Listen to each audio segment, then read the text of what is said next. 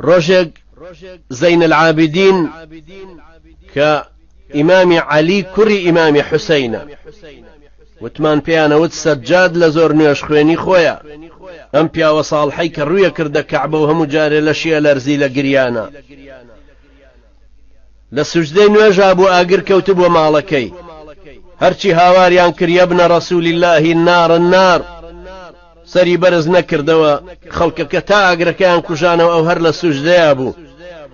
دوای پیانود ارجود لئیما نبو که بانگمان کردی تی بله جوم لیبو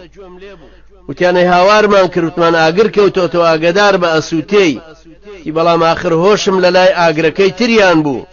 یعنی ئاگری ڕۆژی قیامەت هۆشم لە ئاگری قیامەت بوو دوعامە کردووە پاڕامەوە خوا لەویان لامدا برایانی بەڕێزی من ئینسانە بێ هەمیشە هۆشی لە قیامەتی خۆی بێ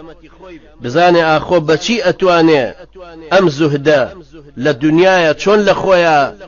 تطبیق بکە چۆن ئەتوانێ وای لێ بێ دائیمە ڕووی لە قیامەتی بێ دنیاشی گرتووە چ مشکلەیەک لەسەر ئەوە هەیە کە دنیای گرت بێ هیچ مشکلەیەکی لەسەری نییە ئەوە توانێت دنیا کە بگرێ بەڵام لە دەستیا بێ نەک لە دڵیا ئەتوانێت شتی خۆش بخوا جلی جوان لەبەرکە پۆشاکی ڕازاوە بێ بەڵام مهم ئەوەیە کە ڕووی لە قیامەتێتی